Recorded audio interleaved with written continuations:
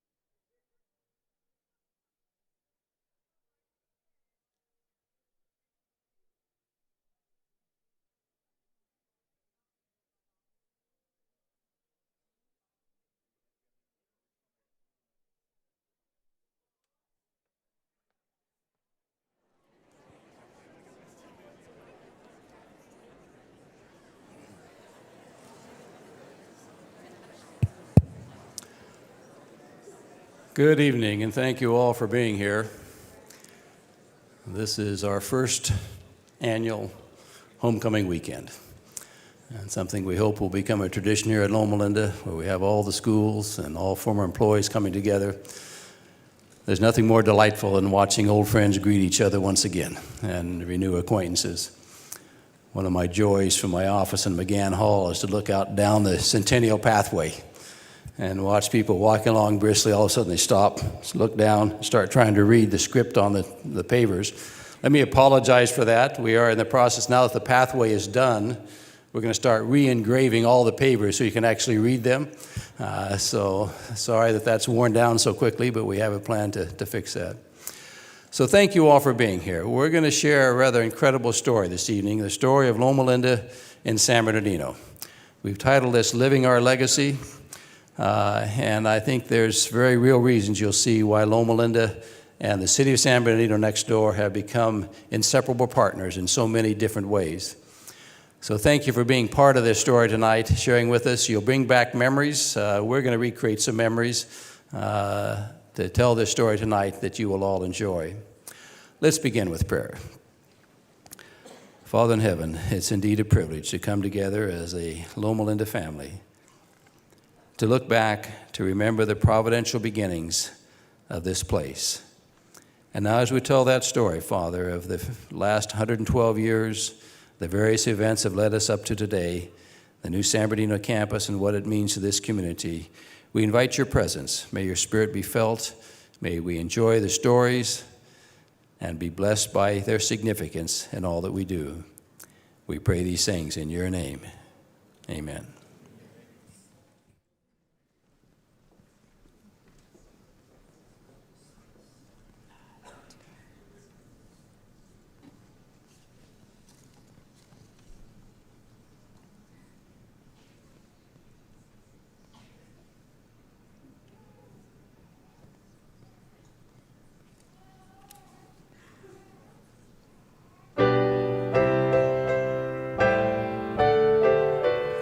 There is no name so sweet on earth, no name so dear in heaven, as that before his wondrous birth, to Christ the Savior given.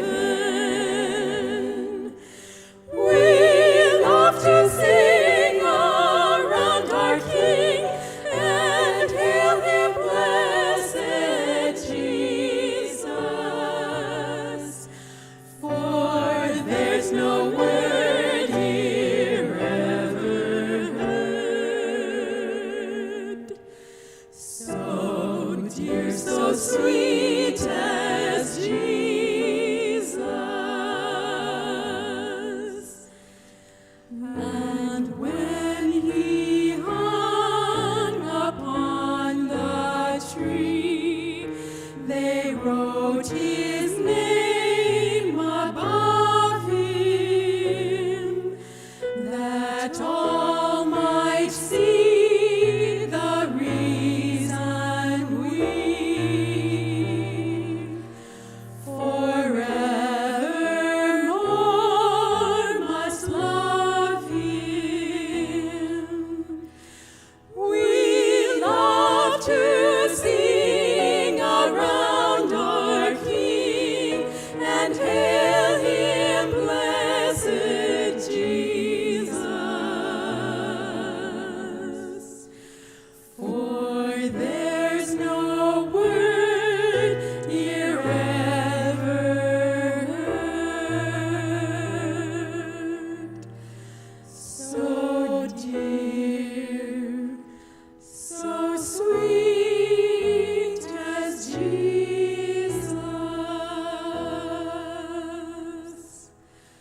So now upon his Father's throne, Almighty to relieve us from sin and pain, he ever reigns. The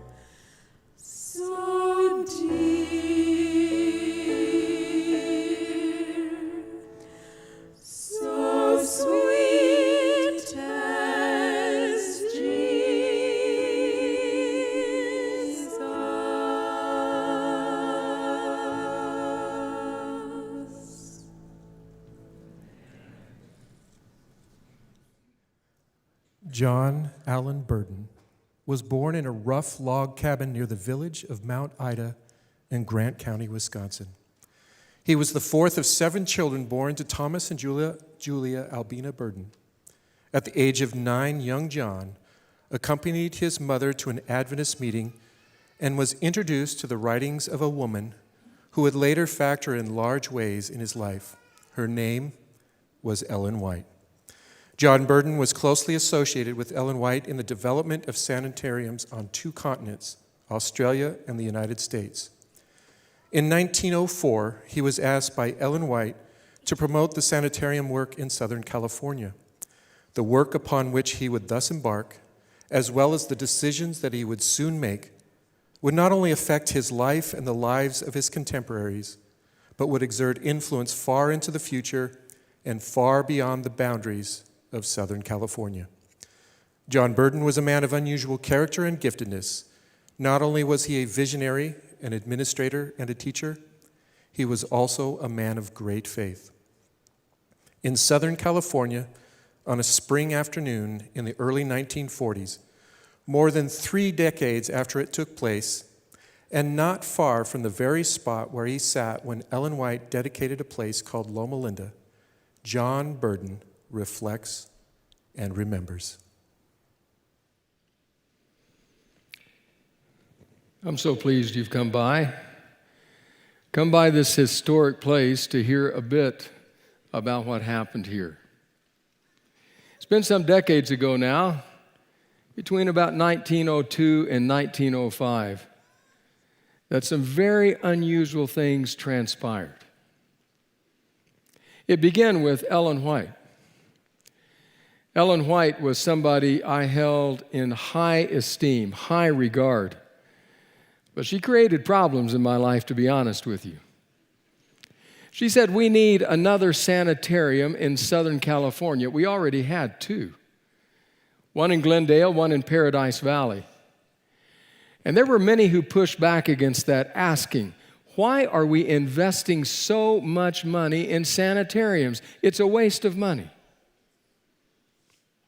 But she had a vision, literally. In a vision of the night, she said, I saw a place that was beautiful with grounds where patients were outside. It was covered with a tent-like canopy of trees. That doesn't match either of the places we have. We must find that place and secure it. Thus it was that we came to know about this place called Mound City. Came to be known as Loma Hill Beautiful. It was a place where they were attempting to build a sanitarium. The Loma Association, made up of 80 physicians and 40 businessmen, they had a dream very similar to what Ellen White had. They would make it happen here in this place. They had the building, they had the land, they were ready to move forward. They had invested $155,000, no small amount of money. But things didn't go as planned. And it came to my attention that the property might be available. With work and conversation, we discovered that they might take quite a bit less than the price. The price that we understood was $110,000. I made about $20 a week. $110,000. But Ellen White was keenly interested in this place. We continued to talk, continued the investigation, and soon the price dropped down to $85,000. And then the price came down to $45,000. And in conversation with the representatives from the Loma Association, I expressed interest and had communication with Ellen White.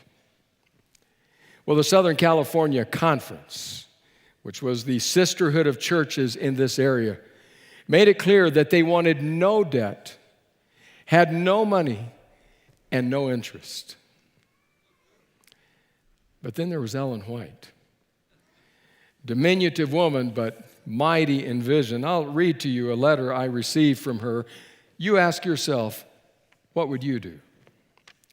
Dear Brother Burton, your letter has just been read. I had no sooner finished reading it than I said, I will consult no one, for I have no question at all about the matter. Secure the property by all means so that it can be held, and then obtain all the money you can and make sufficient payments to hold the place. Do not delay, for it is just what is needed. I think that sufficient help can be secured to carry the matter through. I want you to be sure to lose no time in securing the right to purchase the property. We will do our utmost to help you raise the money. I know that Redlands and Riverside are to be worked, and I pray that the Lord may be gracious and not allow anyone else to get this property instead of us. Ellen G. White. I made about $20 a week. They said they would take $1,000 in down payment. I made about $20 a week. And she was insistent. Equally insistent were the officials of the church who said, no, do not proceed forward. Ellen White, church officials. I went with Ellen White. By then, with a little bit of Adventist bargaining, we had the price down to $40,000. That may as well have been $1.5 billion, as far as I could tell. But she was insistent. And so we had an agreement. We had to secure the money. It was a time of great test. Our faith was tried.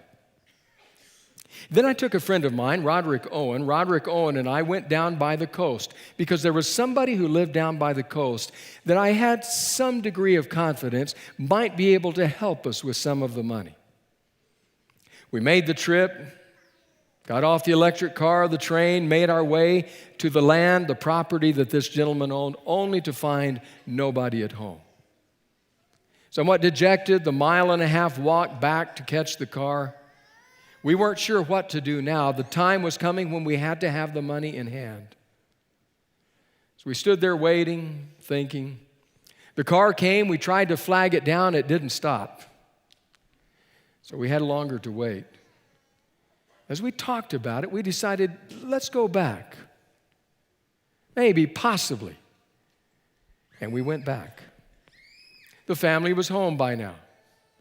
We approached the gentleman and laid out our dream and our plan. What could happen in this place? The sanitarium, the training, the health care, the work that could transpire. He came to tears and said, I have recently sold some property and I've been very tempted to reinvest it.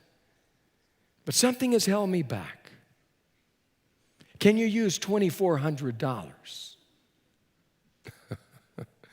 Could we use it? Oh, yes. And we proceeded ahead. I must tell you about Ellen White's visit to this place. When she arrived here from Los Angeles on her way to attend a church meeting with her son Willie, they came to the place, and as she stepped down from the car and looked around, she said, Willie, I have been here before. He said, no, Mother, you have not been here. Then she said, then this is the very place. We must secure it because it will not be for any common use. It was that dream, that vision, that kept propelling the possibility forward. I must tell you of one other time. We had secured it at $40,000. The agreement was there would be a $5,000 payment up front, the down payment, and $4,000 more. There would be 3 more $5,000 payments. And then at the end of the period agreed upon, the remaining balance would be due. July 26, 1905, Southern California Conference in session. The $5,000 payment was due at 2 p.m. that day. We didn't have it. The meeting was somewhat divided as there were those who approached me and others and said, "We told you we never should have gotten into this. We can't afford it. We don't have the money." But we had prayed. Ellen White had urged us forward. Just a few hours away, somebody suggested, "Well, let's wait for the morning mail. Before we make any decision about pulling out or changing our plan, let's wait for the morning mail." July 26, 1905. The postman's foot falls on the stairs, bringing a letter from a woman in Atlantic City, New Jersey. Must have been posted days, possibly weeks before. We opened the letter, a money order for $5,000. I was approached by a gentleman who had previously said to me, "Why are we doing this? We don't have the money." Who now said, maybe the Lord is in this after all. It was that vision that continued to propel us forward. A vision of what could happen in this, to use her words, this very place. I don't know what people will say in the coming years. I do at times wonder. If you've ever been down to the coast, if you've ever been down and seen the beauty of San Diego, up and seen the gorgeous beaches and hillsides of Santa Barbara, I wonder if people will say, "Why didn't she have her vision there? Why here?" I wonder. I can tell you what I think. I think it was not just because of the beauty of the place, but because of the human need that could be met, because of the ministry that could unfold, because of the healing that could take place here. There were 5 needs, Ellen White said. Property in Southern California, far below its original cost. Money would come from a source that was not expected. There would be plenty of room and space to do our work. And one more thing, she said, that tent-like canopy of trees. Had you been here at that time and seen the large pepper trees forming a tent-like canopy over this place, you would have said, "God is in this. Something special will happen here." I think of something else, she said, something that often rings in my ears as I think of the story of Loma Linda. She at one time wrote that we have nothing to fear for the future, except we should forget God's leading in our past. This is the very place. I thank you for coming by and hearing just a bit about the story of Loma Linda. From 1906 to 1915, Burton was the business manager of and Bible teacher at the Loma Linda Sanitarium. He always took a keen personal interest in his students. His commitment to the Word of God never wavered, leading to spend his last years in Loma Linda giving Bible studies. On June 10, 1942, a great tragedy befell the Loma Linda community. John Burton died after being struck by an automobile on Burton Road in Loma Linda as he was walking home from a Bible study. John and Eleanor Burton are buried at Glen Abbey Memorial Park in the San Diego area of Southern California. If a single person were to be chosen who might be considered the founder of Loma Linda University and Medical Center, that person would have to be John Burton. He was a man with vision who had a talent for always seeing the potential in developing institutions, and who also had the administrative acumen to make the projects he worked on prosper.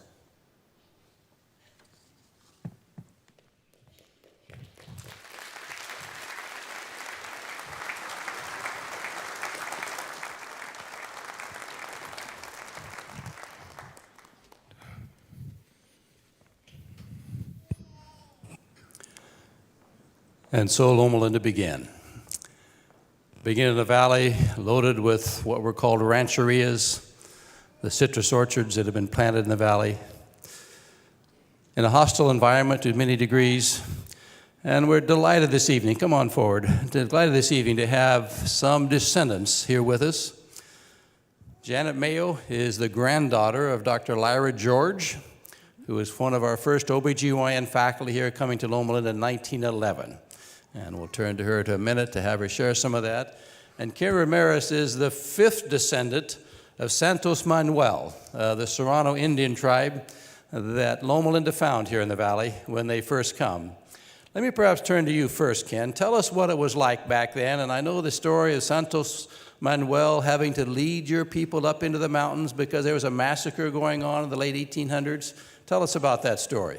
So Santos Manuel was born at the tail end of the 1700s, and he was raised in the mountains of San Bernardino in the summertime and the valleys during the wintertime. In the mid-1800s, there was a militia formed to kill off Native Americans in the mountains and the valleys, and he then led his people to canyons and the foothills of the San Bernardino Valley.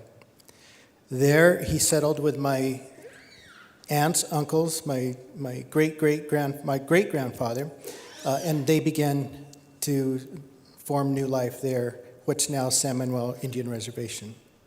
And you were all called Serrano Indians at that time, and then the San Manuel tribe and the Morongo tribe and others spun off from that early group? So the San Manuel tribe is really a clan of the Javiatom clan, and they're from the mountains of San Bernardino, and it comes from the pines. We're known as people of the pines.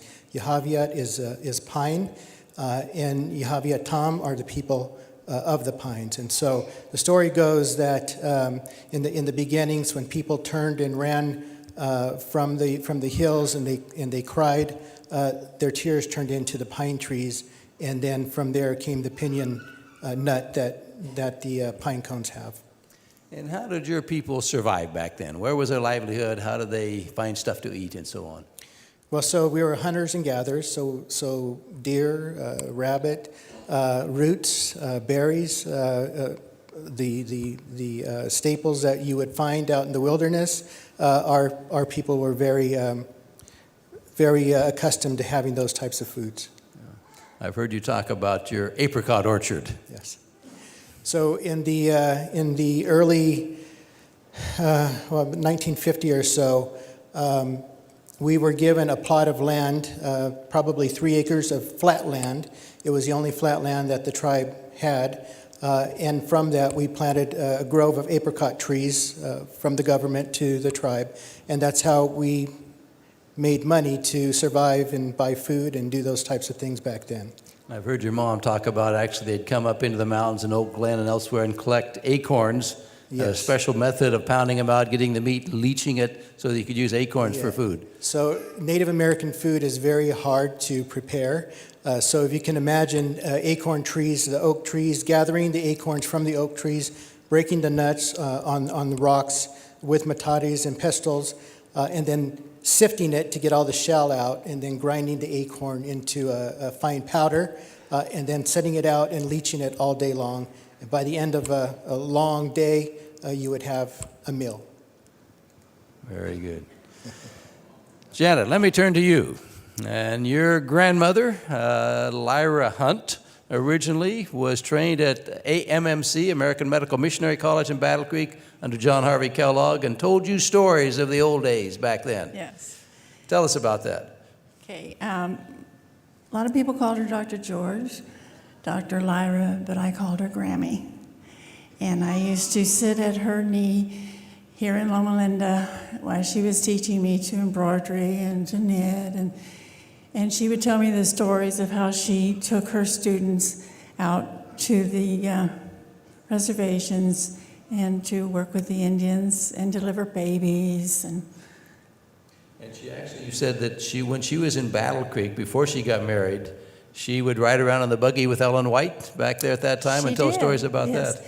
She went to school when she was 17 years old. She took a train ride for 100 miles, and she tuition at that time was $140 a year, and that included the dormitory. And I lost my train of thought. Where were we going? And then she moved here in 1911. She married her instructor. Instructor, okay. Which was Still done today, yes. Yeah, she says she doesn't remember what he taught, but she does remember who the teacher was. That was Grandpa, William George, MD. And then she took her specialty training in OBGYN, or she kind of learned that on the job? She learned that on the job. They were married in 1901, and then after that, they had 3 children. Arthur, who was also a doctor, Ernestine, my mother, who was also a physician, and Louis, who is Roxanne's father. And and all 3 of them became physicians? all 3 became physicians. My mother married a doctor also. And the stories that circulate around here is that she came out and actually initially went out on horseback to deliver babies in the community. Right. We used to walk down University Avenue here, and people would say, "Hi, Dr. Lyra," and she would introduce me. This is Ernestine's daughter. And then when they were out of earshot, she would say, "I delivered her. I delivered her mother. I delivered her father." Everybody in Loma Linda knew Dr. Lyra. One of the other stories I've heard is that initially she was on horseback going out and delivering babies, but then when cars came, then she finally got a car and then would go out, and they figured out a way to hook a wire to the battery of the car and string a long wire into the home so you'd have lights when the baby was delivered. Right. She was the head obstetrician and anesthesiologist here and assisted with all the surgeries. But she would take her students, the nurses and physicians, and she would take them out to your land and deliver babies and hold clinics. And they would go on horse and buggy, but then they finally did get a car with lights and the generator so they could actually see what they were doing. And back to you, Ken. So during those years, the tribe would spend the summers in the mountains, Yes. and the winters in the valley, Yes. and would move back and forth each Yes. year. Yes. And so my grandfather passed away in 1905. As far as we can tell, he was 105, between 105 and 110. The Blue Zone back then, even. Yes, Yes. yes. We got a long family life here. So my grandfather took over at that point as the leader, and my grandmother was born in 1908, 9, or 10. They can never figure it out, but between one of those years. And so she was raised on the reservation, and she would tell us stories. So the stories that were handed down to us were of a doctor that would ride out on horseback to deliver babies on the reservation. And so that was the original beginning for Loma Linda and the San Manuel Reservation. And so the San Manuel Reservation, as some of you might be able to tell by now, is named after my great-great-grandfather. Santos Manuel, yeah. What many people don't realize, Ken, the San Manuel tribe has been very generous to Loma Linda, but tell us how many people are actually in San Manuel tribe. So back in those days, the tribe had, we were on the way out to extinction, and we had probably then 24 to 30 members. And through all those times, getting over those hurdles and all the struggles that we went through, and the assistance that we had from Loma Linda and other groups in the area,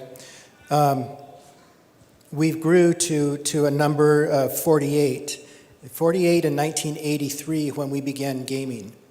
And so we finally got through the bad parts of the struggles that we were going through, and we began to turn our life around through gaming. And at that point, as you can tell, money, you get a little bit comfortable, and people started having kids like crazy.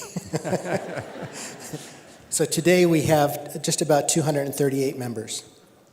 So this whole tribe of 238 members that have been generous and friends of Loma Linda for a long time.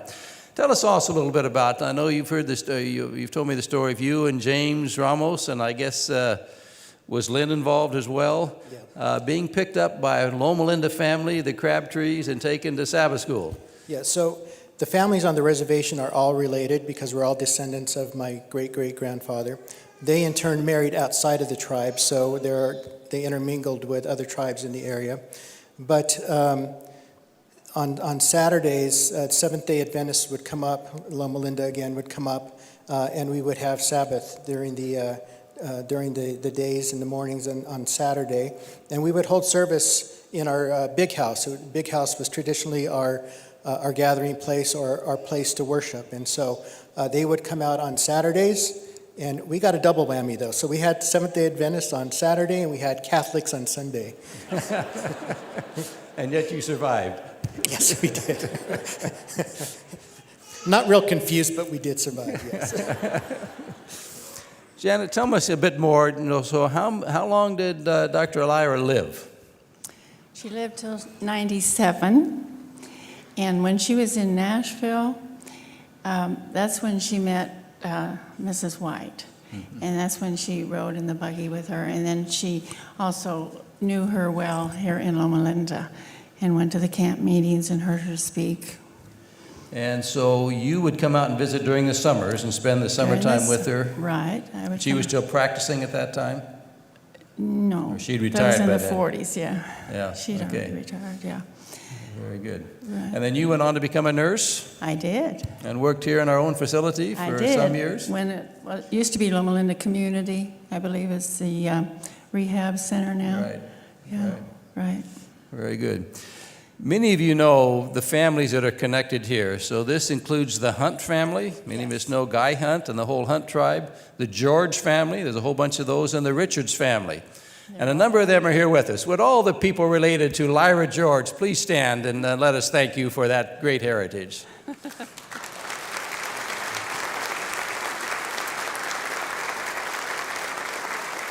Dr. Lyra lives on. We have, Go ahead. Dr. Lyra lives on. We have 10 doctors, 5 dentists, 6 nurses, and the rest are ancillary departments. I want to tell you a story about Grammy used to tell the Lord that if the baby was born on Sabbath, she would give the money to the church. And she had a time there when everybody was being born the babies were being born on Sabbath. And she gave the money to the church as she promised the Lord. But she said, I finally had to get down on my knees and say, Lord, I did what I promised. Now you need to take care of me. And she said the next 2 or 3 weeks, she never worked so hard in her life. There were so many babies born, she could hardly survive. Thank you very much to both of you. Incredible horse story, incredible history. So, thank you.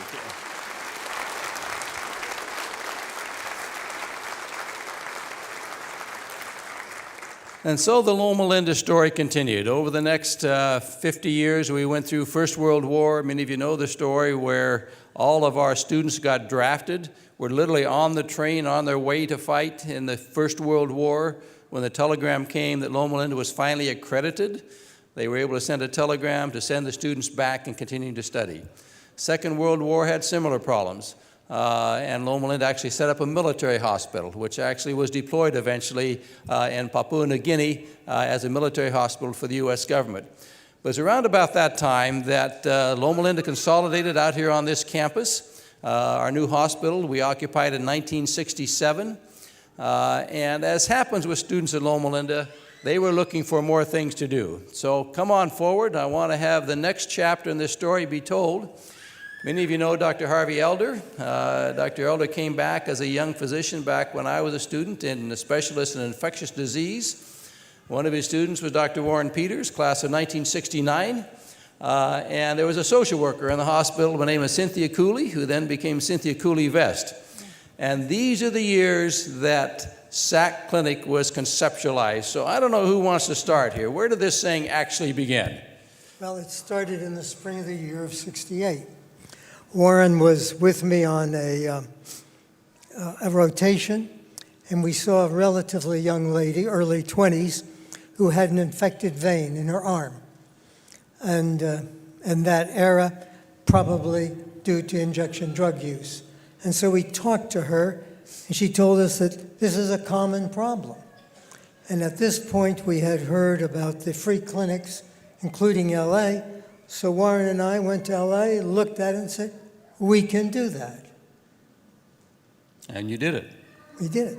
So Warren, you were a sophomore student? I was a junior student, and Dr. Elder was the young leader on our campus at that time. He's actually 10 years older than I was, you see. So, and we were all little rebels, you know, all during the 60s and 70s and so on. And the hippies were a big deal, you know. And so then when I saw, and Dr. Elder reminded me that this young woman's name was Joy. He remembers her name. And that was the beginning. And we went to this little Frazee clinic. So there was a cleric there with a nice little collar and so on, and he was caring for these drug-using hippies. And so we moved in there, and I remember there was a little closet where we had a few antibiotics, you know, and a few little, you know, bandages and things. And the main thing was we were just talking to the hippies. And of course, I was raised in the Seventh-day Adventist system, and you know, wasn't really sure about this drug use and the hippies and all that. But wonderful, beautiful people. And my job as a junior was to recruit sophomores, medical students, to actually come to the Frazee Clinic, and so that's how we were related to that. And Cynthia, how did you get pulled into this? As long as you don't have to sing right now. Well, I was a social worker here, and before that I was at Andrews University, and I had been studying psychology and counseling and guidance, and I was supposed to get ready for my graduate thesis, and so I had this idea of having an organization where people with needs would answer, and those that wanted to help would be together. Well, my teacher rejected the idea. So I ended up doing something else that didn't matter. But I got my thesis and my master's. And then I came here to Loma Linda and almost didn't get hired because I didn't have a social worker's degree. But anyway, nonetheless, she was in dire straits. And so when I started to work at social service, people started calling in. And they were wanting to have help in the communities in the area, as well as people who wanted to give of their help. So I started working around, and I still don't know how I got all the people that I did that helped me. And then I got introduced to Harvey Elder. I hadn't met you yet. And then we just formed this little group. There was just a small group of us. And so finally I wanted to talk to President Bieber and see if I couldn't present it to the student body right on this platform here. And I went over there, and he was delighted to know that there was an organization that was being started to gather students and professionals to help the communities around here. And the first community that we actually helped was Bryn Mawr. And I don't know how we got to Frazee. Frazee was the first one. Bryn Mawr was the second one. Or was it? You know, I didn't know about that. I just knew that we went out to Bryn Mawr, and that I mean, was, some of the other names I know, Harvey Bidwell, I think the class of 71 was active in this Oh, at some yeah, point. yeah. Ed Nygaard, John Nearness, these were all some of the early students that Yeah. helped to get things going. yeah, there were several people that, I made a list of 20, which I can't remember right now. Yeah. But they were very much involved, and so we presented it. Dr. Carol Small was on this platform with me and presented it to the student body, asking me questions and so on. And at the end of that, we had about 200 volunteers. And I had been telling my small group of people, I said, we may not do very much, but at least we can start. And then we ended up with 200 volunteers immediately after we talked to the congregation. Well, it wasn't a congregation, it was a student body. And that was amazing. So all of the guys that were helping me enlarged their clinics. And so Bryn Mawr got enlarged, and then there was South Colton. That was another one. And Frazee, I guess, must have been somewhere along the line there, too. Yeah, there's a little one in Bloomington, I remember in those old days. There was a little Yeah. block building out there. I think it had been a fire station or something like that in the Yeah. past. And you all went around to doctors' offices and collected sample medicines, is Oh, that yeah. correct? Yeah, then there was one doctor that let us use his lab to put the medicines in, and that was in the hospital. When I walked in the hospital today, I didn't recognize where I was. It was a good thing that there wasn't too much medical legal activity at that time. But the free clinics did well and provide a service that nobody else was providing at that It time. was amazing. It was really And amazing. you had faculty, Harvey and others, we could recruit enough to do some chiefing. You guys weren't out there on your own. Yeah. The faculty kept showing up, and there were those who came regularly and those who didn't come quite so regularly. But there was always several faculty there to chief the students and to observe what was going on. Yeah, I mean, it was a marvelous attitude. yeah. Another name from those early days is Don Bauer. I know Carl is here, but Don, his brother, was, I think, assistant dean of men or something here at Loma, and he Carl. helped to sponsor this It somewhat was at that time. Carl Bauer was the doctor. Yeah, Carl's a doctor, but Don was his brother that was assistant dean of men that was involved with helping to He coordinate was in the this. church. He Right. was a church pastor. Very good. And then the year started trying to keep this thing going. And I know that was always a challenge, trying to Yeah. keep enough students, the student interest to go up and down, and trying to round up students and coordinate. How long were you with it, Cynthia, altogether? Well, we were here I was here 3 years, and then Jerry and I got married, and we went to Japan for another 3 years, and I forgot all about SAC. It was called Social Action Corps, and it kind of interfered with my children, so I didn't pay any attention to it. And we were right here while Jerry was in residency. And Harvey, you still work at SAC. I'm still at SAC. They can't get rid of me. Bless you. Dr. Elder continues to do that, so thank you very much.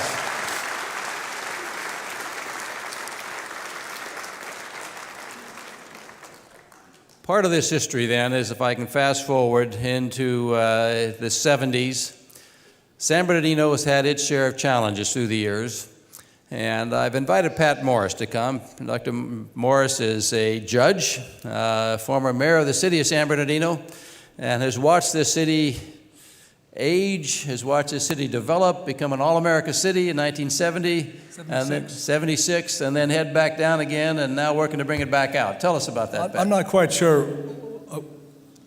Adventists have visions. Ellen White had a vision. I'm a Presbyterian, and we have rules. It's very, very different, Dick. So I've been in this valley for the last 50 plus years as a resident, as a lawyer, as a school board president of our city, overseeing the lives of 55,000 students in San Bernardino. Became a judge the year that we were the All-American City. And then things kind of went sideways for our city. We were the county seat, the largest city, the oldest city east of Los Angeles. This valley is a valley of hardworking, blue-collar people.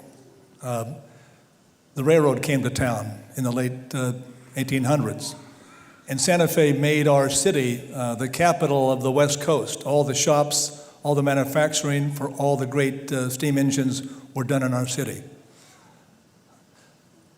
The Mother Road, Highway 66, came through the heart of our city. It became Interstate 15, and that great east-west corridor provided the lifeblood for our downtown. The commerce of our downtown was fed by that great highway system. World War II came. Henry Kaiser decided to build a great steel plant in Fontana to supply the Liberty ships for the war in the Pacific and the Atlantic. And they built a great airport at a place called Norton, a former air depot, which became a major part of the World War II upgrade for purposes of war. And those were all great centers of commerce for our city. We employed some 10,000 people at Kaiser. Most of them lived and shopped in the big city, which was our city.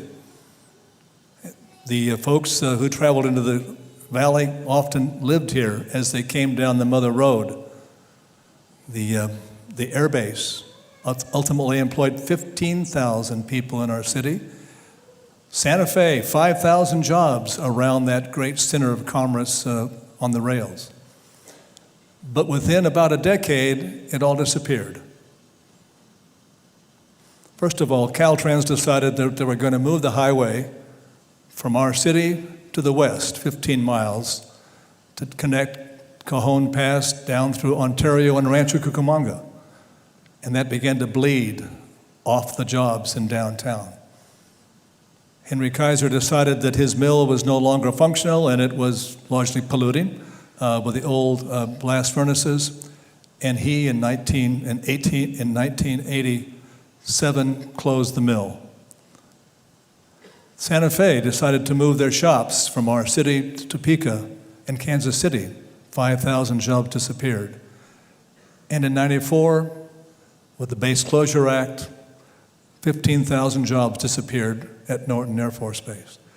So in the course of about 15 years, we lost the great heart of our commerce in our city. We were in deep trouble. And I discovered Loma Linda University Medical Center and hospital in those years. At that time, I was a judge. I was juvenile court presiding judge, and I had a lot of kids before me who were in trouble, both in terms of their conduct as well as their health. I helped formulate a program called the Children's Network for our county.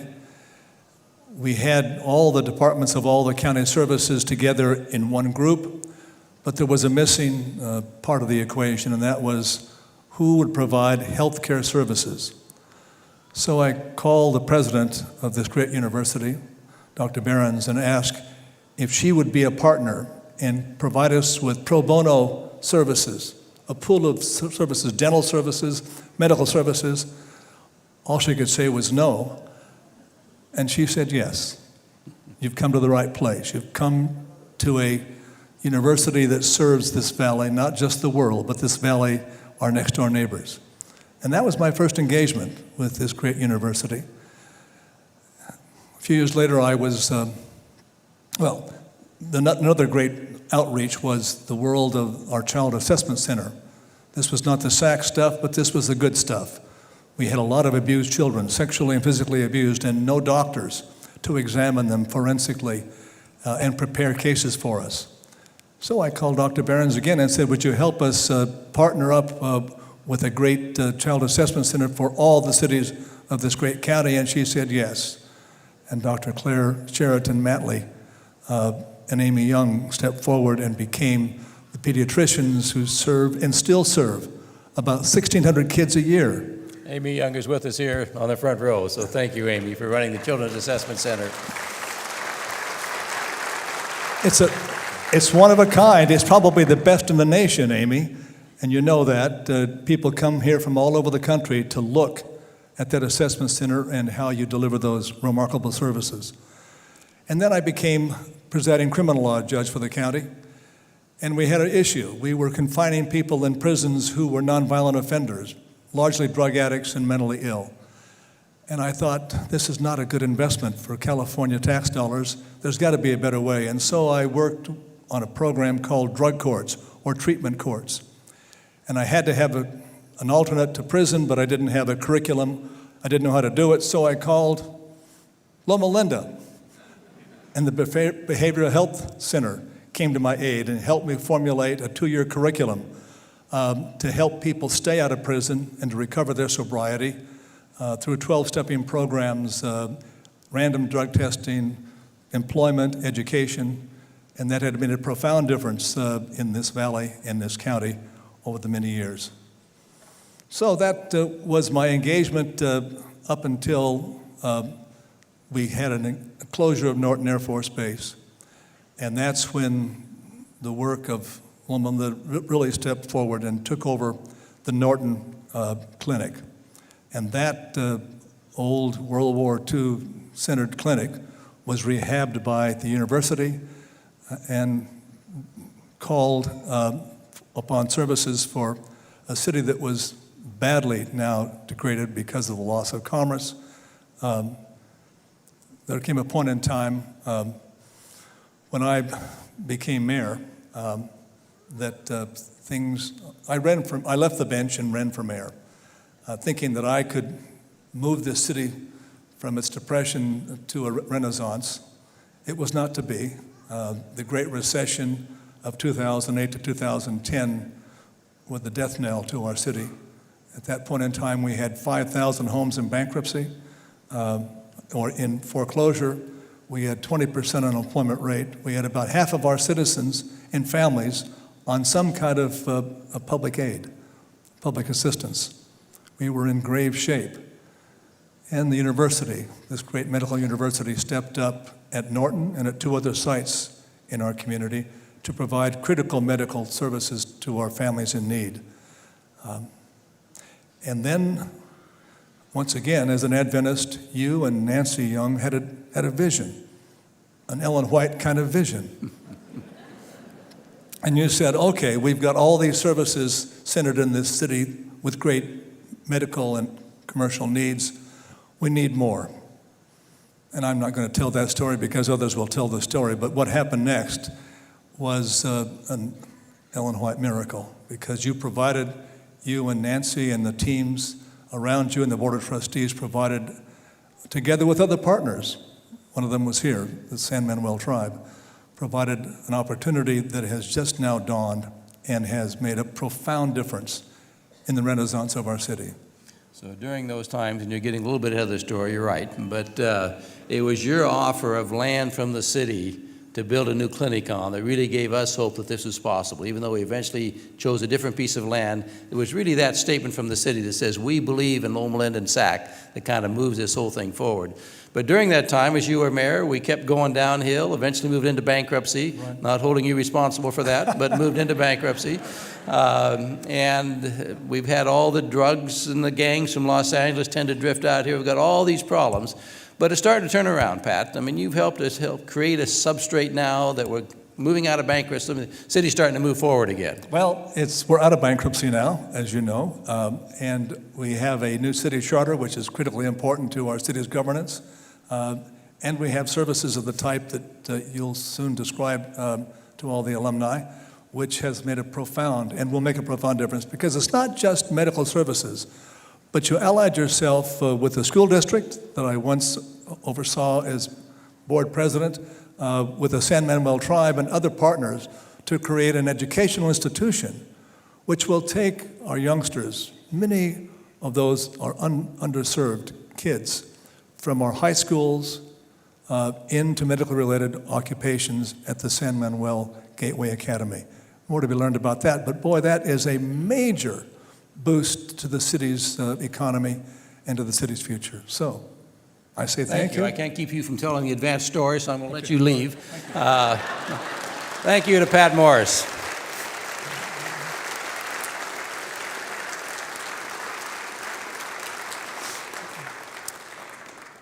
And so it was in that time, about the early 1990s, that California was again drifting into a recession. Our 2 little SAC clinics, one was in the basement of a Salvation Army church in North Redlands. The other was in the Frazee Community Center. Exam rooms separated by hanging sheets with no air conditioning, and that's where we were functioning. And it was at that point in time that we decided that something different needed to happen. Why come you guys always stand back there? Let me get you out here so we can see you. That we knew something needed to happen. And Janice, Hi. good to see you. You were around then. You were running SAC clinics for us. And you and I started driving around the city looking for new places that would be bigger and better than what we could find. Tell us what happened. Well, I started with SAC in 1983, so 25 years after it started. And about 1993 or 4, we were driving around and kind of keeping tabs on the closure of Norton Air Force Base. I can't remember exactly if you got a phone call or what happened, but we went over there, we were invited, and boy, the way I remember it, it was a 20,000 square foot building, which, when you compared that with the basement of the Salvation Army Church and Frazee Community Center and the fire station in Bloomington, it looked pretty good. The other thing I remember is that we were also very involved with Students for International Mission Service, and that had expanded from primarily medical students to a lot of other schools on the university, and the vision was, could we do that with SAC? Could it be more than just medical students? Could it involve public health and nursing and dentistry? And there was that building. Those dental chairs were sitting right there. And in fact, you don't remember correctly. It's 43,000 square feet of space with about 40 or some exam rooms and 16, I think, dental operatories in Norton. I remember walking through that building when you and I first out. We had to get permission to go on the base. It was still an Air Force base. There was a lady captain that showed us through the building. And as we walked through the building, I mean, our eyes were popping out. I mean, here was a real clinic that had been built for the Air Force to house the whole Pacific Rim with all these exam tables and dental chairs and equipment and lab and x-ray. My goodness, we have surely arrived and gone to heaven to have a clinic like that. I have to say, all I could think of is no more donated medical exam tables. I'll never forget that somebody, an employee there at that time, they knew the base was closing, their jobs were ending, and so they'd printed off a little piece of paper they had stuck on every door in the clinic. It said, due to budget reductions and base closure, the light at the end of the tunnel has been disconnected. And I can remember thinking, your light may have gone off, but our light may just be coming on. And in fact, it took us 2 years of negotiations with the base had to go from the Air Force back to the Department of Defense, and then it was transferred over to either Department of Education or Department of Health and Human Services, and we applied to that mechanism, and it took 2 years of negotiation before finally Norton was given to us as a large clinic building for SAC and opened in 1995. Margaret, you were around at that time. Margaret was running in the school district, and I think at some point was in Curtis Middle School and some of the other schools, and became part of our first board committee members at SAC. What do you remember from those early years? I can tell you what I can't remember. I can't remember what year I started with SAC, but it was after I became the vice principal at Curtis Middle School. And I left Curtis Middle School in July of 1983, so I know it was prior to that. But I don't remember exactly what happened, but I remember these two parents who were very involved, and we were involved because where Curtis Middle School was located, it was a very low socioeconomic area, and there were no medical facilities for any of the families in the area.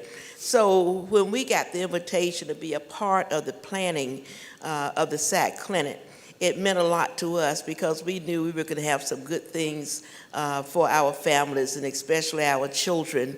And I do remember the portable building. No, Norton had not closed, but I remember the portable buildings we used to meet in. I don't think we had new furniture, anything, but you know, it was okay.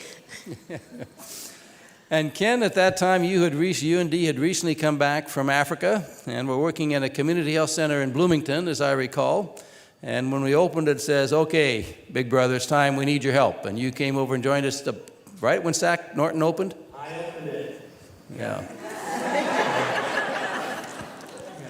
Those were the days when in the preventive medicine department here at Loma Linda, He was the chief and I was the resident. Well, that was the previous time when I was a resident. In fact, there was a time when I was the only preventive medicine resident in the entire state of California.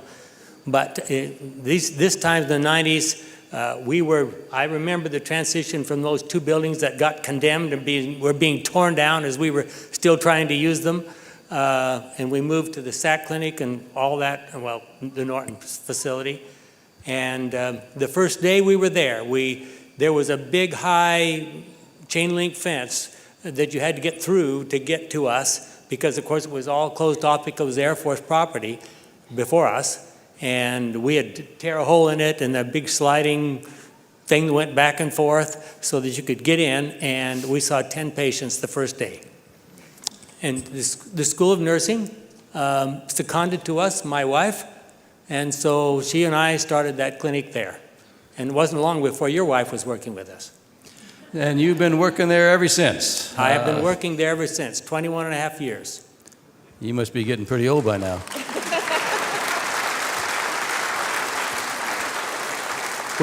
At first, we didn't even know what to do with all that space. But by recent times, we couldn't, every little hall, every little closet had somebody in it. So many people moved to the new facility. And Nancy, when did you come and join us? 1999. 1999. And you had been working? 18 years. But where were you working before? Kaiser. At Kaiser. And how in the world did you end up at SAC? Dr. Young, that we were talking about just a little while ago, she went through as a medical student. And otherwise known as your daughter, Amy. That's my daughter. That's my pride and joy. And she came home and said, you have to see SAC. You will absolutely love it. You need it, and it needs you. And that's been a great blessing, Amy. Thank you. I fell in love with it.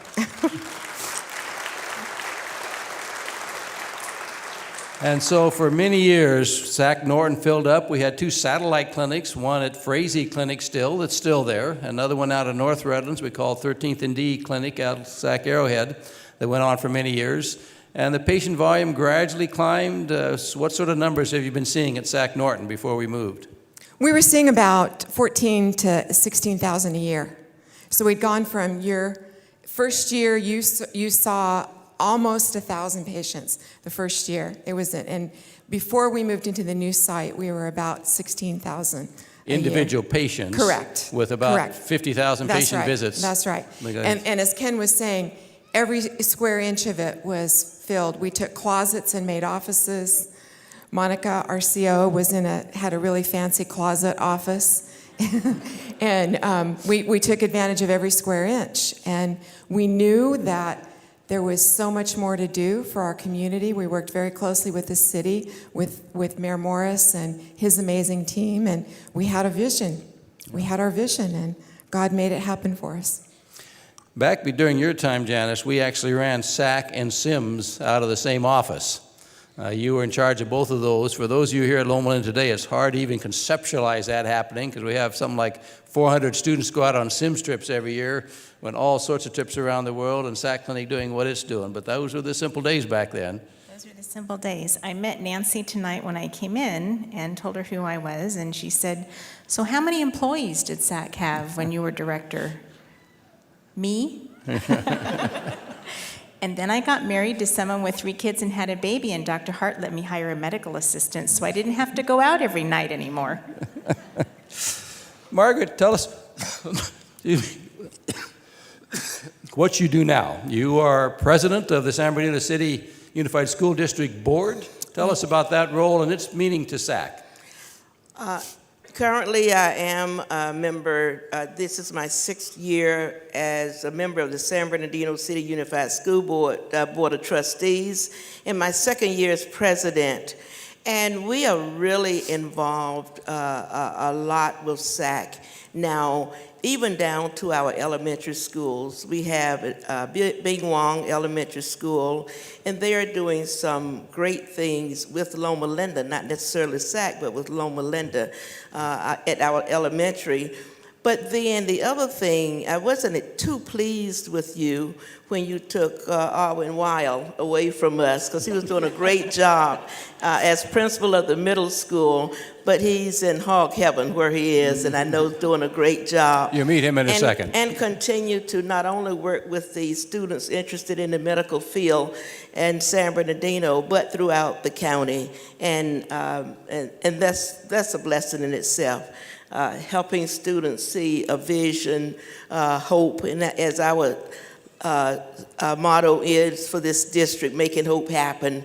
We're making hope happen for a lot of young people at the SAC Clinic, and we appreciate all the good work that you're doing.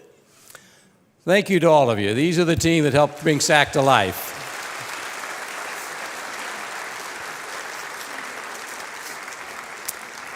And it was out of their dreams that about 5 years ago, we started saying, well, we need something bigger and better. We need more space. We need a lot more facilities. So I've asked Rod Neal to come forward. Rod's our Senior Vice President for Financial Affairs at Loma Linda. And he's going to share with us what happened next as we started conceptualizing a new SAC clinic. Thank you very much, Dr. Hart.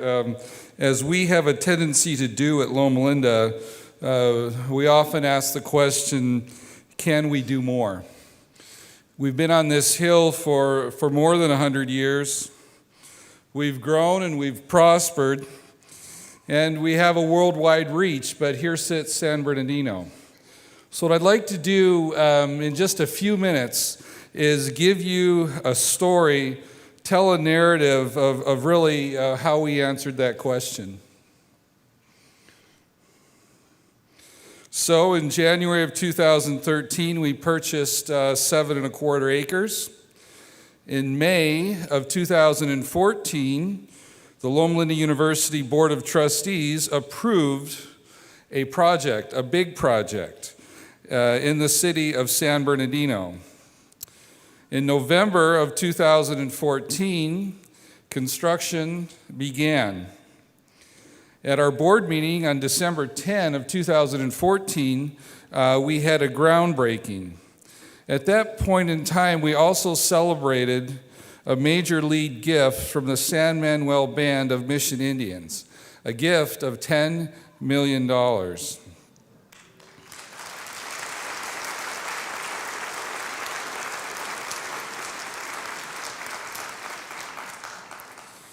In July of 2015, we had what we call a topping off ceremony. Several of us there sign a beam, the final I-beam that is then swung into place on the top of the facility. So the steel at that point in time would be in place. Then in June of 2016, we had our official ribbon cutting ceremony. You can see in that picture several of the people that you've heard from tonight, community officials, church officials, university officials. It was a grand event in June of 2016. So we asked the question, we have a building, and I want to give you just a few facts quickly of what is in that building, a sense of scale. We talk about the current SAC facility of about 40,000 square feet.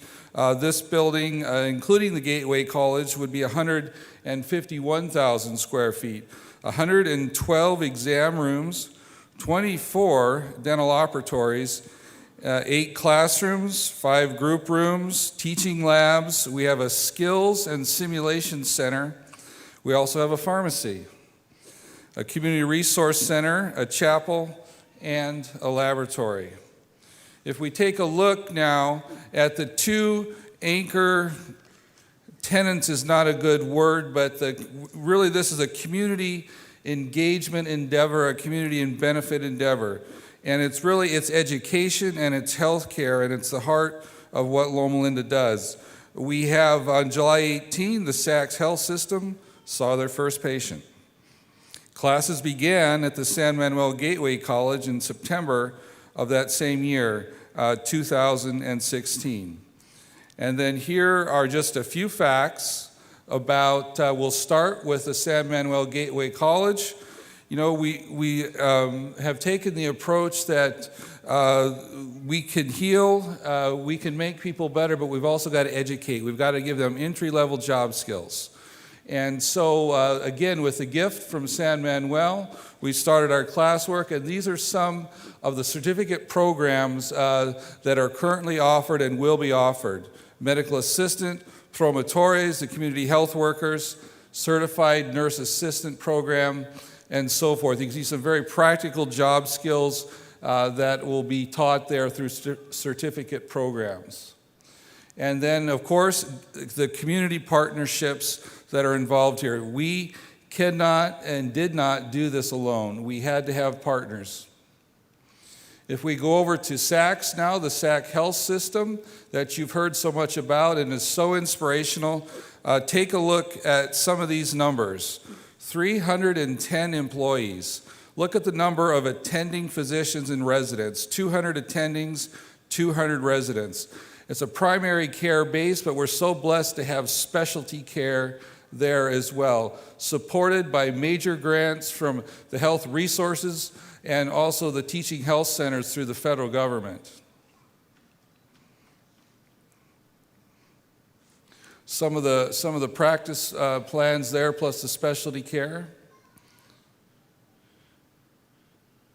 And then finally, we take a look at this, how this was funded. This was a $68 million project.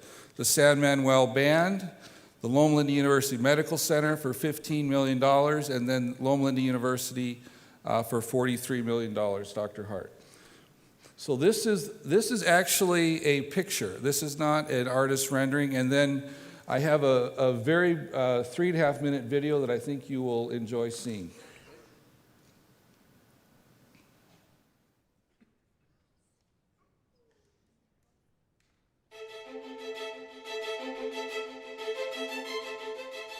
My dream began as a modest conversation about trying to locate a new building for SAC Healthcare Systems downtown. That's when the dream began to explode into an opportunity to create a whole new facility.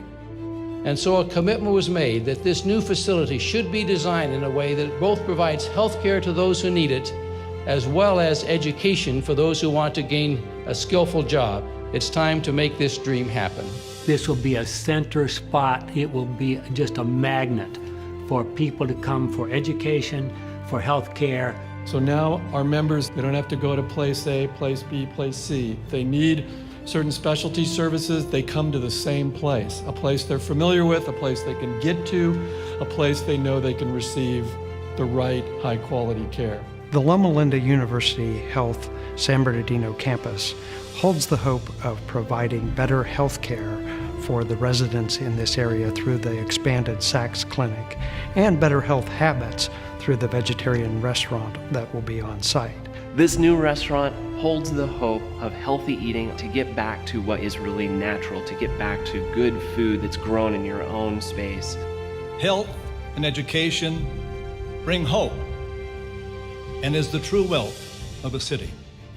We see the collaboration and partnership with Loma Linda as one that is very important for the revitalization of our downtown area.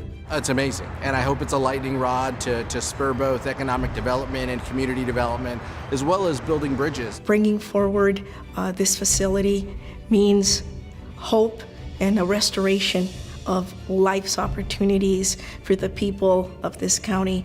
We get to bring together in a brand new facility all of these different elements where young people in high school and individuals all the way up into postgraduate, they're all working together to improve the health of our region. For San Manuel and Loma Linda to come together, and the strength that we both have is going to provide this valley and many of the students here with an enrichment of education.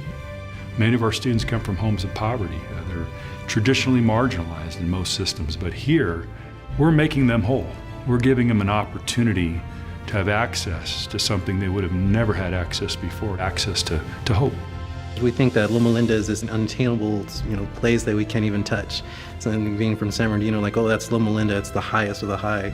And so to have them work with us is just like a dream. We can absolutely show others that all we have to do is sit down at a table together and dream together. and God will bring those dreams to reality.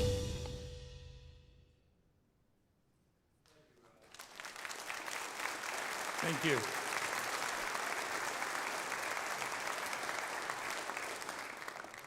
And now to finish up this evening, we want to share with you some of the products of SAC.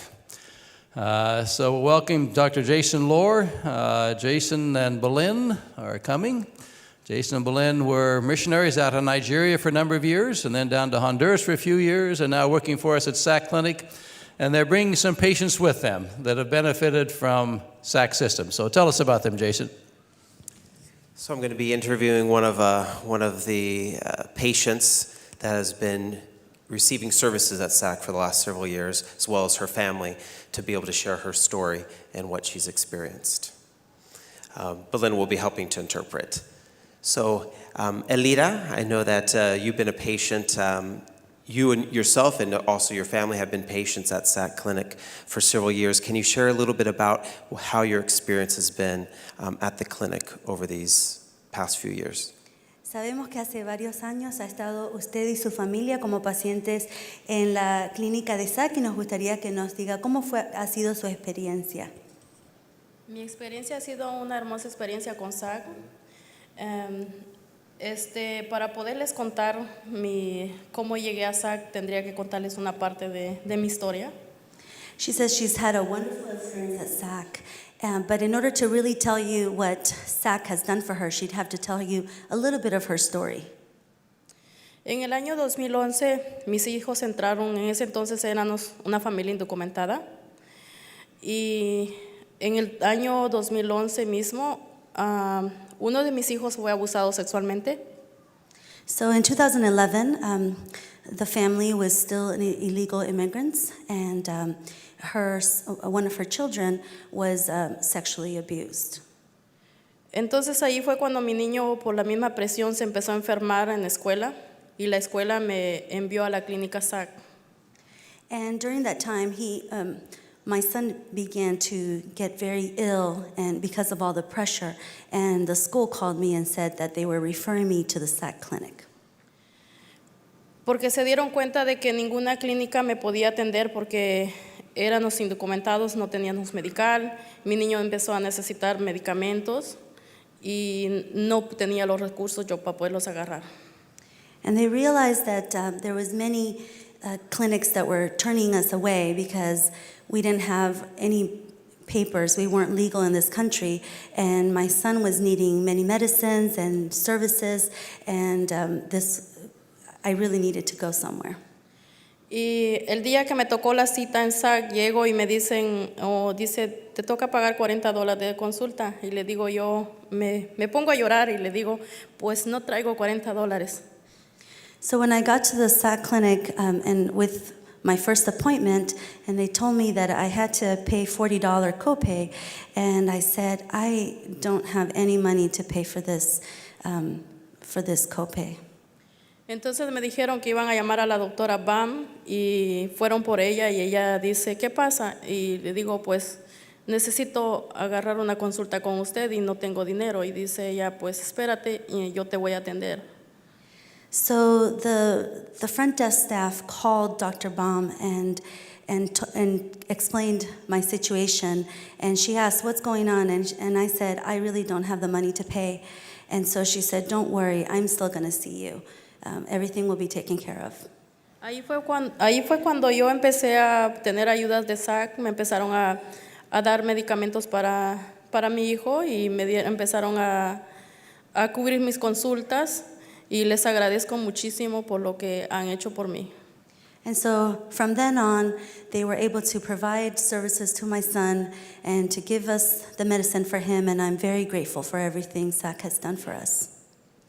What other ways did SAC Clinic help you other than in the clinical aspects that you've mentioned? ¿Podría decir si hay alguna otra manera en la que la clínica le ha podido ayudar a su familia? Sí, la clínica me ha podido ayudar en medicamentos, en dentista. En ese momento yo empecé a pasar una dura batalla con mis hijos que no teníamos ni para comer. Me regalaban comida, me regalaban tarjetas y me dieron tarjetas también hasta para ropa. So at that time, not only were they able to help us with medicines and with the services, but they also provided dental care. And I was going through a very tough time, and I didn't even have enough money to eat, enough money for food. And the SAC Clinic actually provided with cards with actual food, and also cards where I could buy clothes and things outside of just food. So gift cards, other ways, financially to be able to receive food. Financieramente le ayudaron en ciertas maneras con tarjetas y cosas así. Is there anything else you would like to share with our group this evening? ¿Hay alguna otra cosa que le gustaría decir al grupo en esta noche? Sí, me gustaría decirles a todos los doctores que tienen contacto con los niños en pediatría o en dentista, que les digan a los niños de que no tengan miedo de hablar cuando alguien los quiera abusar. Porque en este país hay ley. She would like to, she says, I would like to tell all the doctors and all the dentists that ever have contact with a child to always encourage them that if anybody ever does something wrong to them, that they could speak up and that they don't have to be afraid that there's laws here and people to help them. Thank you very much for sharing your story. Le agradecemos mucho por compartir su historia con nosotros. Thank you.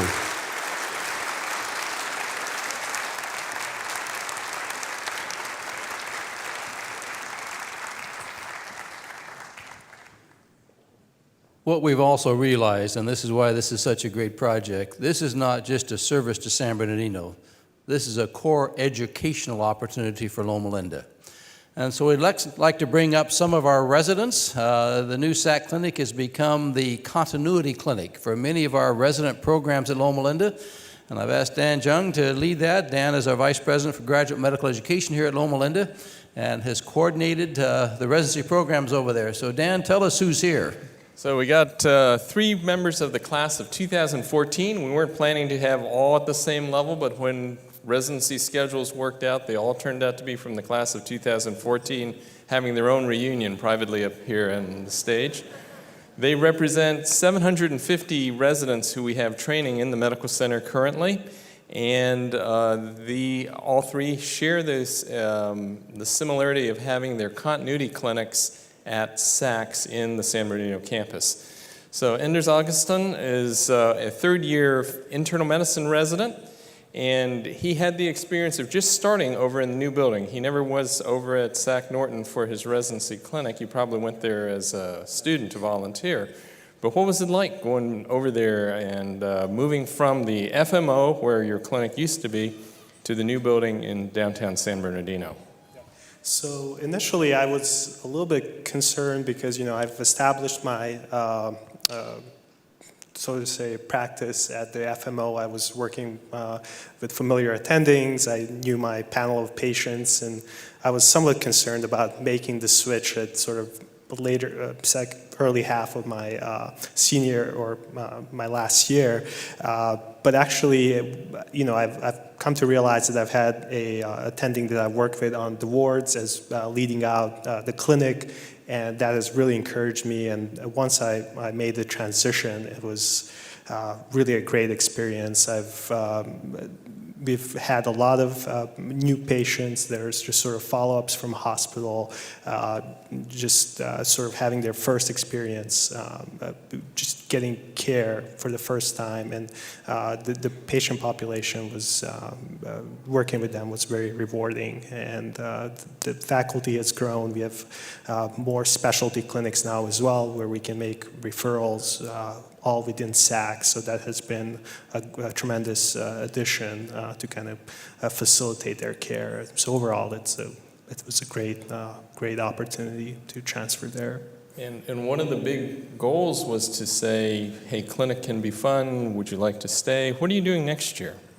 Yeah, so I've actually, I'm going to be part of SAC to some extent as well, as I'm going to stay with Loma Linda, and I'm going to work in the inpatient side as well as the outpatient in SAC. So I'm really excited about that. So we have to get him his credentials in, because he's going to be starting as an attending in 5 months. So thank you very much, Anders. Thank you. Sarah Aney, we're going to ask you, in addition to being a third-year combined PrevMed Family Med resident, you have another thing in your life that's sort of new for the past 11 months. What are you doing? Yeah, so we had the honor of introducing Micah Aney as my husband and I had our son about 11 months ago. So we have a little one. So you're a mom with an 11-month-old and a resident, and you have Micah with somebody right now. How do you know your babysitter is qualified to take care of a neonate? That is a good question. Well, I'm crossing my fingers that the Department of Pediatrics has trained him well. So, So her husband is a third-year pediatrics resident. And what's it like being a person in a two-physician family raising an 11-month-old? So it requires a village to raise a child, whether or not you are physicians. But I think having both of us working as physicians definitely requires having our village. So we have lots of help. So you are one of the folks who first went over to Saks when family medicine moved there. What's your experience been like, and what do you think about it? So I really enjoyed working over at the Norton facility and the new facility as well. They're just they're both unique in their own special ways. Jeff and I have been, he's been teasing me because one of my favorite things about the new building is the pharmacy with an F, which is our new restaurant, which we're able to get meals at. So that's one of the things that I utilize the most at the new SAC building. And I know that our patients are using that as well. So I think that's been a really neat addition. And one of the interesting things that happened when you folks moved over there for the first time was suddenly you were right next to a group of dentists. And one of the things that happened without any planning, forethought, we didn't have a program for this, but in the first 6 months that family medicine was over there, they referred 250 patients for dental visits just because they were right next door. And that's one of the miracles that happen when you co-locate primary care doctors, dentists, specialists, and all these other services, behavioral health, all in one place. So it's really cool. So thank you very much. You represent one of 15% of young physicians who are actually married to another physician in their medical school class. So that's part of what we're doing here. creating more families. Jeff Cho, you, in addition to being a third-year family medicine resident, you are something called a DMA. Is that a form of diabetes I've never heard of before? No, that's a good question. So DMA stands for Deferred Mission Appointee, which means I have been blessed with the Seventh-day Adventist Church paying back my loans for me as I serve at an international hospital or clinic. So that will happen later, late 2018 after I graduate. SAC Clinic, oh yeah. Jeff, also tell them about your tropical medicine training. Oh, okay. Well, one of the reasons why I stayed here in Loma Linda was because they offered such a great global service pathway, which allowed me to go to the University of Minnesota, Johns Hopkins, and take the American Society of Tropical Medicine and Hygiene exam, along with Dr. Jason Lohr and one of my colleagues, Carolina Perry. And basically, it gives us extra training in tropical medicine, travel medicine, all sorts of interesting things like parasites that will equip us better so when we go out into the mission field, we'll actually know what we're treating. And so is SACS part of that training? SACS is definitely part of that training. When I interviewed here at Loma Linda, it was the only interview where I teared up. And the chief resident of the combined program conceptualization, he described Loma Linda being this community right next to San Bernardino. And Loma Linda, we talked about this a lot today at Healthy People and also here. We have so many resources here, and San Bernardino is the perfect place for Loma Linda to minister to. I'm a deferred mission appointee, but our ministry starts now, here and now. And so one of the things that I love about being here at Loma Linda is the fact that we're able to be at SAC. And the new building is, as you can see, what looks really nice and is a really nice facility. It's nice having all the specialties there as well. But it represents a principle to me. It's a symbol of how I envision my future career, and as well as the Seventh-day Adventist movement is, rather than giving junk for Jesus, offering the best that we have to the community that can really, we can really partner with to help out the people here. And so that's one of the things that I really love about working at SAC. So when I first came back to Loma Linda to do my new job in GME, it was about 21 years ago. And one of the first things I did was to call over to SAC and say, is there any way we can get residents involved? Because all of these guys have a great experience at SAC and medical school, and they're idealistic and they are passionate about what they do and they want to continue that. So can we keep them involved? And now we get to train over 200 residents over there right in the same setting where they can see every day how their lives and their work makes the world a better place. And so this is really cool. Thanks a lot. Thank you all, folks.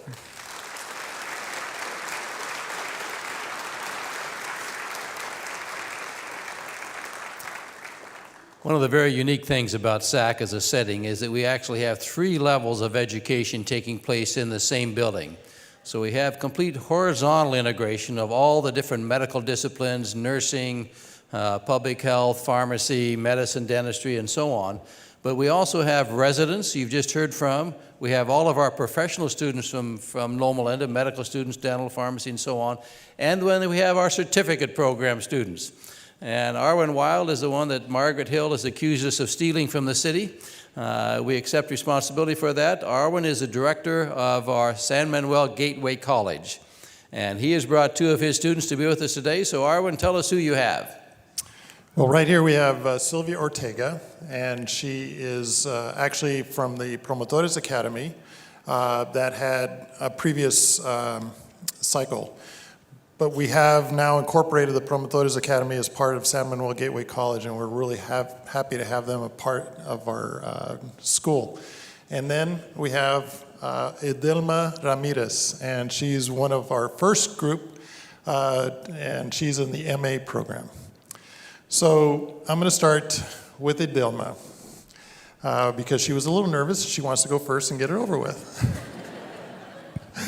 But Edelma, tell us just a little bit about yourself and what brought you to San Manuel Gateway College. Okay, I'm going to apologize if I get a little emotional.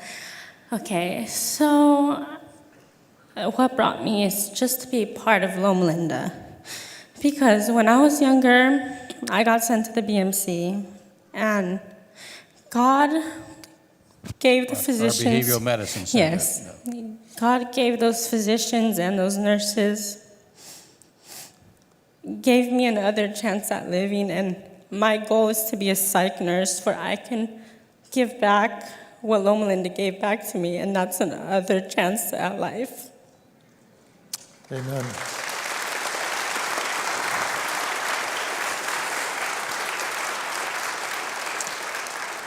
So tell us a little bit about your experience at San Manuel and some of the things that you've experienced through the support that you've gotten at our school. It's honestly the best.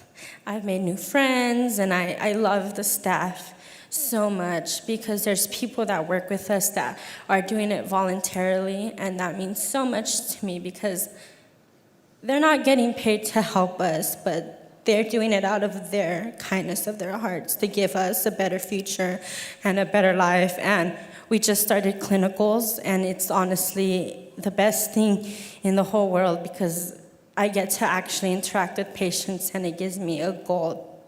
It gives me another step to do what I want to do, and that's to help people. One of the most important goals and components of San Manuel Gateway College is for every student to have a connection with a mentor coach. A lot of the things that the students that we're attracting is that they're great kids, they have a lot of potential, but just because of the circumstances that they were born into, they don't have the resources to be able to navigate the system of higher education. Something as simple as filling out an application or filling out a FAFSA or knowing what's going to be my next step. And Adilma, just tell us a little bit about your coach. Oh, okay. So I don't have just one coach. I consider their whole family the greatest family that has ever came into my life, and that's the Billiard family. Stacy Billiard is a PT at the medical center, and she honestly has taught me how to study to the point that I'd rather just study all day. And I have her husband who is now teaching me how to drive and takes time out of his Sundays to take me on a little driving course, and it's just incredible. And they're actually helping not just myself, but my mom as well. So I will tell you that when Adilma first came to San Manuel Gateway College, she is the first one there every morning because her mom drops her off on her way to work. And so I noticed that there was, over time, a transformation. She was spending that time watching some videos on her phone and doing some other things. And now I see her studying, and I can tell you that she's one of our top students at the program.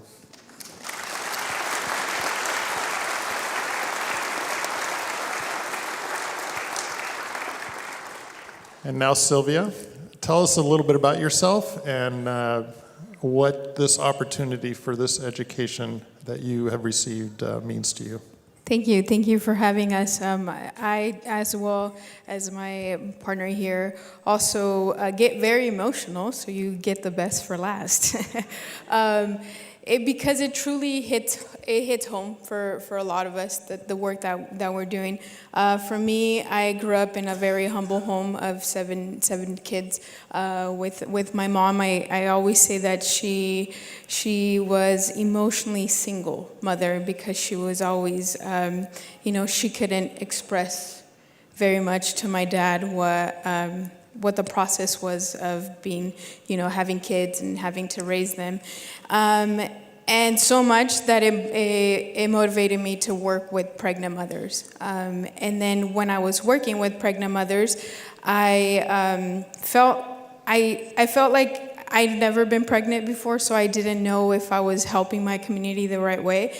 So that's when I hear about the Promotores Academy, and it completely changed my life. And like she said, not only your life, but it changes your family's life. And I believe, and I'm a big, big believer, that when it changes an individual's life, it changes generations to come.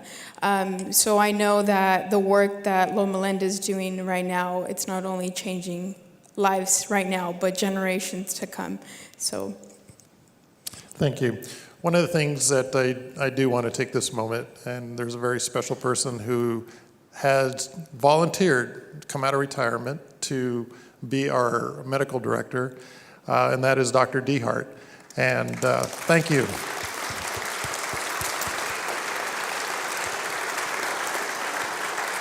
So the commitment to the Hart family goes very, very deep in San Bernardino, and it's much appreciated. The other thing that I will leave you with, because I unabashedly, when I have an audience, I need to make an appeal.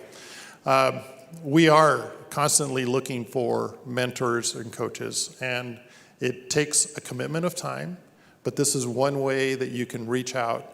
We're expecting to have about 80 students in the fall, and to have that connection and those resources, we would love to have you volunteer. You can just look us up on the website and email us. but it is a wonderful project, and as you can see, the results, they are just phenomenal. And it only takes very little to change an entire family. So thank you. Thank you, Adilma, and Sylvia, and Harwood.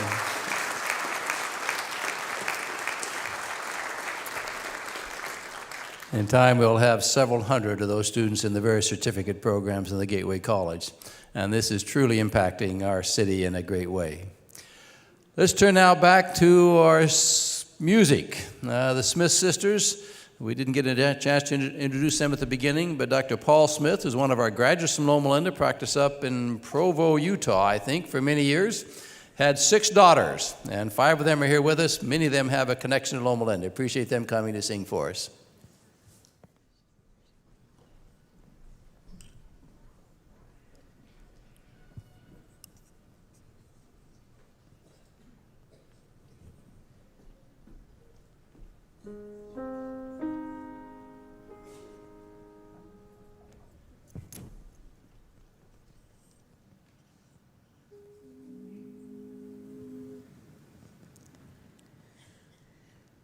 God is love, that love surrounds me.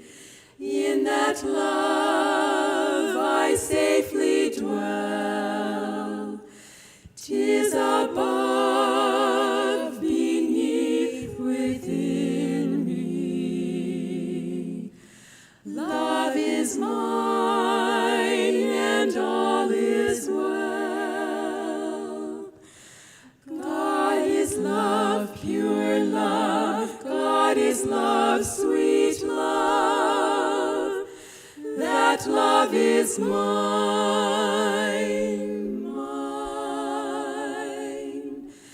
and all is well. God is life, that life surrounds me. In that life I safely dwell. 'Tis above, beneath, within me. Life is mine, and all is well. God is life, pure life. God is life, sweet life. That life is mine, mine, and all is well. God is peace.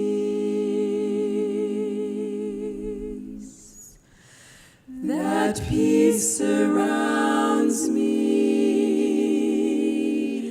In that peace I safely dwell. 'Tis above, beneath, within me. Peace is mine, and all is well. God is peace, pure peace. God is peace, sweet peace. That peace is mine,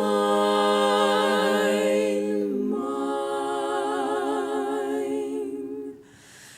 and all is well.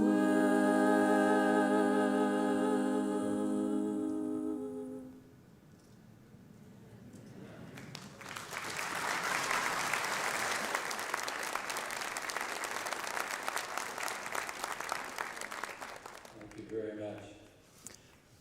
That's the San Bernardino story, a rather incredible history of this university being connected with our community. That's Loma Linda at its best. I'm delighted tonight to have many of our employees from the SAC Health System and the San Manuel Gateway College with us. Would you all stand? I don't know where all you're sitting, but all those who are working at SAC now in some way, would you please stand? These are the people that make it happen.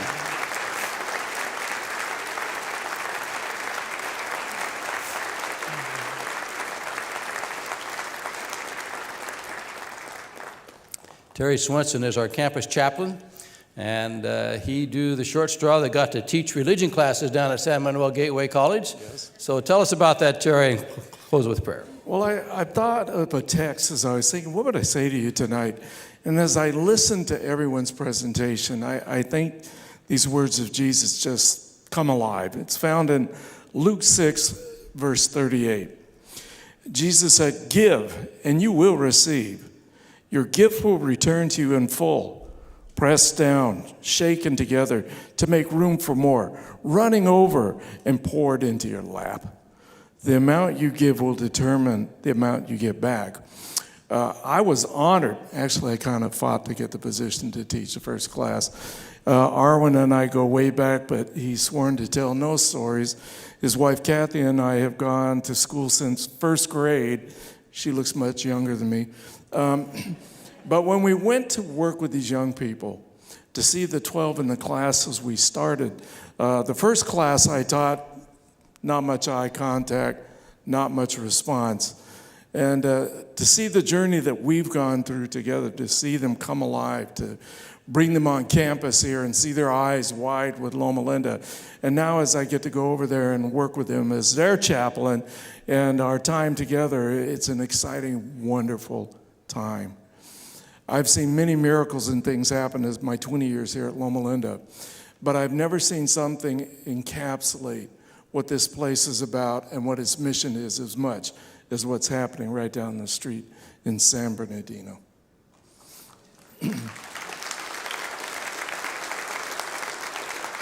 Let's take a moment and finish this night with prayer, shall we? And so, Lord, really, I feel you smiling tonight.